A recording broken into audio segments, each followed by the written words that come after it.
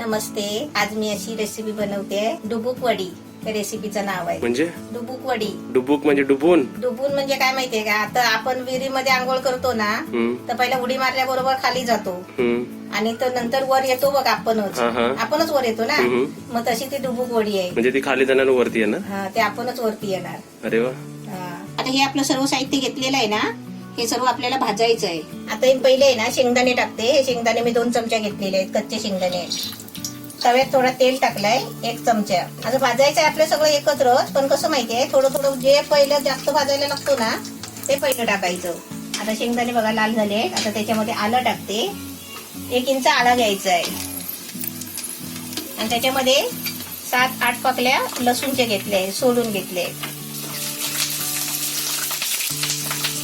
आता त्याच्यामध्ये आपल्याला हे मी सुक्या खोबऱ्याचा 1 तुकडा घेतलाय. ते आता मी बारीक बारीक पीस करून घेतले त्याचे. आता हे बघा हे खोबरं पण आपलं लाल झालंय. असं भाजून घ्यायचं सगळं. एक एक करून आहे ना सगळं एकत्र भाजायचंय, पण थोडं भाजून घ्यायचं. आता याच्यामध्ये एक आहे ना, एक मोठा आणि 1 छोटा असं कांदे घेतले. म्हणजे मीडियम 2 कांदे घेतले तरी पण चालतील. आणि ही 3 हिरवी मिरची. मिरची मी पहिली तेलात का नाही टाकली माहितीये का, मिरची आहे ना उडते तेलात गेल्याबरोबर. आता मी 4-5 मिनिटं भाजून घेतले. आता मी गॅस बंद करते, कारण हे वाटप आहे ना आपला बिडाचा तवा आहे. त्याच्यामुळे काय करायचं, गरम असतो ना तोपर्यंत आपण असं फिरवत राहायचं 2-3 वेळा. आता चांगलं मी फिरवत होती बघा, गरम तवा होता. आता ही काढून घेते. हा मसाला आता चांगला थंड करून आणलाय पंख्याखाली. असा थंड करूनच वाटायचा. थोडं पाणी टाकते. तर आपल्याला ती ग्रेव्ही बनवायची आहे. मसाला वाटून घेतलाय मस्त ग्रेव्ही, पाणी टाकून वाटलंय. आता आपलं तेल तापलंय. आपल्याला पाहिजे तसं आपण 2-3 चमचे तेल टाकायचं आणि अर्धा चमचा जिरा घेतलाय. जिरा पण आता मस्त तडतडलाय. आपलं तेल तापला ना आणि असं आपल्याला फोडणी वगैरे देताना आपण गॅस आहे ना एकदम कमी करायचा. आता त्याच्यामध्ये हे वाटलेलं ग्रेव्ही टाकते. ग्रेव्ही टाकली ना याची चांगली शिजवून घ्यायची. आता 1 मिनिट ढवळलाय. आता ही आपल्याला ग्रेव्ही शिजायची आहे ना, तर आपण काय करायचं माहितीये का, नंतर मसाले शिजवण्यापेक्षा आहे ना आताच आपण त्याच्यामध्ये एकदम टाकून शिजवून घ्यायचे.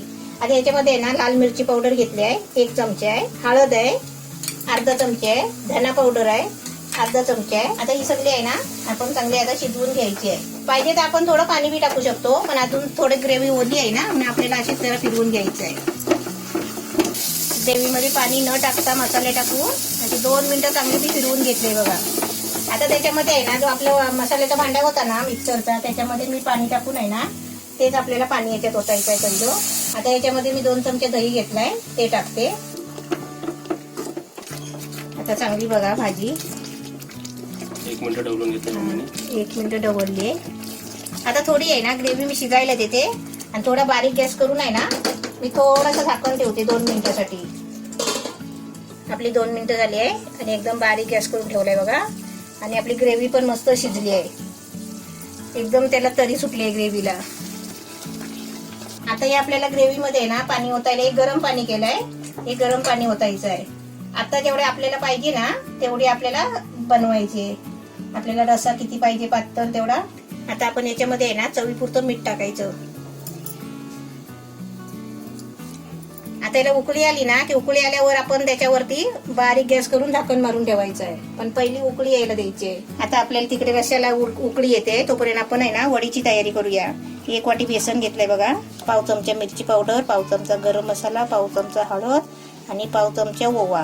हे सर्व वस्तू आपल्याला पिठामध्ये टाकायचे आहेत. थोडीशी कोथिंबीर टाकायची आणि थोडासा मीठ टाकायचा चवीपुरता. आता आपली बघा इथे उकळी आली आहे.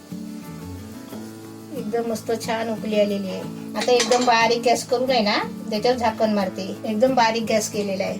फुल गॅस नाही करायचा आणि झाकण नाही मारायचं, कारण ते सगळे वतून जाणार. आता इथे आपल्याला थोडं थोडं पाणी टाकत आहे ना आपल्याला याची पेस्ट बनवायची आहे. हे आपलं असं भजीच्या पिठासारखं एवढं असं घट्ट करायचं. लय घट्ट नाही आणि जास्त पातळ नाही. आता हे आपलं पीठ तयार करेपर्यंत आपण झाकण ठेवलेलं होतं ना, आणि मग अशी छान उकळी पण आली आहे. एकदम मस्त उकळी आली आहे, तरी पण त्याच्यावर छान आली आहे. आता आपण काय करायचं माहितीये का, याचं पीठ आहे ना असं थोडं थोडं हातात घ्यायचं आणि गॅस मी एकदम बारीक केलेला आहे आणि थोडी थोडी उकळी येते आहे. आता त्याच्यामध्ये अशी थोडी थोडी सोडायची. ते विरघळणार नाही. नाही विरघळत, नंतर बघ थोड्या टायमाने. तू मोठे सोडणार तर मोठे येणार पीस. हे बघ आता हे सर्व सोडून घेतले आहेत वड्या. आता त्याच्यावरती असंच आहे ना, असंच आपल्याला 5 मिनिटं झाकण मारायचं आहे. गॅस वाढवायचा नाही आहे, बारीक आहे एकदम गॅस. 5 मिनिटं आपली झाली आहे, झाकण काढून बघूया. आता त्याच्यामध्ये ढवलायच्या आधी आहे ना, मी गरम मसाला टाकते. अर्धा चमचा गरम मसाला घेतलाय. आता मी काय केलं माहितीये, माझे डुबोक वड्या तुम्हाला कमी दिसतात आहे, कारण का माहितीये आमच्याकडे बेसन खात नाही, कमी खातात, म्हणून मी बेसन कमी घेतलं. आता तुम्हाला अशी जर आमटी बनवायची असेल ना डुबोक वडीची, तर तुम्ही आहे ना बेसन जास्त घ्या आणि वडी जास्त पाडा. आता ती वडी पण आपली शिजलेली आहे, आपली आमटी झालेली आहे डुबोक वडीची. आता थोडं आहे ना, थोडं 1 मिनिट मी थोडं झाकण मारून शिजू देते. म्हणजे कसं आता गरम मसाला टाकलाय, 1 मिनिट झालाय. आपलं गॅस बंद करूया आणि आपली डुबोक वडीची आमटी बघूया कशी झाली आहे ती.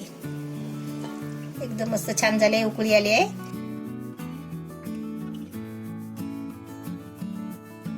वा, प्लेट तर एकदम चांगली सजलेली वाटते. आणि आपली रेसिपी बघा, डुबुक वडी एकदम भारी वाटते मी स्क्रीन वरती. मी माझ्या पद्धतीने बनवली आहे, तुम्ही पण तुमच्या पद्धतीने मस्त पैकी बनवा. आता आपण टेस्ट करूया. आता तुम्ही इकडे आपली रेसिपी बघितली. सर्वात आधी ह्याचं नावच एकदम फनी आहे, एकदम नाव एकदम वेगळं आहे ना रेसिपीचा, डुबुक वडी. आता ती डुबुक वडी आहे ती मी वडी घेतली वरती, ग्रेव्ही पण घेतली त्याची. आता ती आपण टेस्ट करूया. आपल्यात कशी जरा वडे कमी पडले, कारण काय माहितीये बेसन आता मी खात नाही आणि त्याला तरी कशाला ना जास्त पाहिजे बेसनचं, म्हणून मी कमी घेतले बेसन. तुम्ही यांना थोडं जास्त घ्या बेसन आणि त्याच्या जास्त वड्या पाडा. जरा जास्त टाकले पाहिजे, एकदमच छान लागतं. आता मला वाटलं का हा खाणार नाही म्हणून मी कमी टाकले, कारण मी बेसन खात नाही. आता मी घेतली तर थोडी त्याच्यातली आमटी घेणार आणि आता पण जास्त घ्यायची. एकदम छान झाली रेसिपी, म्हणजे भारी झाली एकदम रेसिपी. म्हणजे टेस्ट बोलली की आपले कोफ्ता करी कशी बनायला आपल्याला वेगळी कोफ्ता बनवायला लागतील ना, पण ज्या कोफ्ता करी नाही बनवायची, म्हणजे कोफ्त्याची मेहनत नाही घ्यायची असेल तर आपण डुबुक वडी बनवायची. मला तर हेच वाटतं, कोणीतरी कोफ्ता करी जे इन्व्हेंट केली असेल ना, त्याच्यानंतर त्याला कोफ्ता बनवायला ना हळद आला असेल. कमी तेलाची गोष्ट. कोफ्ते म्हटल्यावर आपण भजी पहिली तळतो आणि त्याच्यानंतर ते कढीमध्ये आपण टाकतो, कोफ्ता कढी म्हणतात नाही का. मग ते अजून चांगलं झालं की त्याच्यात तळणं नाही, आपलं तेल वाचलं त्याच्यामध्ये. ते तळून आपल्याला टाकावं लागतं कोफ्ता कढीमध्ये. तर कोफ्ता कढी हेल्दी व्हर्जन पाहिजे असेल तर आपण हे बरोबर डुबुक. अजून त्याच्यामध्ये तुम्हाला अजून फरक करायचा असेल ना तरी करू शकता, कारण त्यात कांदा बिंदा सगळं टाकून आहे ना असे गोळे पण सोडू शकता सुके. आपण भजीला करतो ना गोळे, तसे पण असे गोळे तुम्ही कडावर सोडू शकता. असं सूप म्हणून पण तुम्ही पिऊ शकता. तुम्हाला डाळची पण गरज नाही, तुम्हाला भाजीची पण गरज नाही. एकच वस्तू जे सर्व काम करते. भात घ्या, चपाती घ्या, भाकरी घ्या, काही घ्या. आणि रेसिपी एकदम चवीला मनात एकदम छान झाली. तुम्ही नक्कीच बनवून बघा. बनवल्यानंतर कमेंट करा. व्हिडिओ आवडला असेल तर लाईक करा, शेअर करा, सबस्क्राईब करा. नवीन असेल तर बेल आयकॉन वाजवा.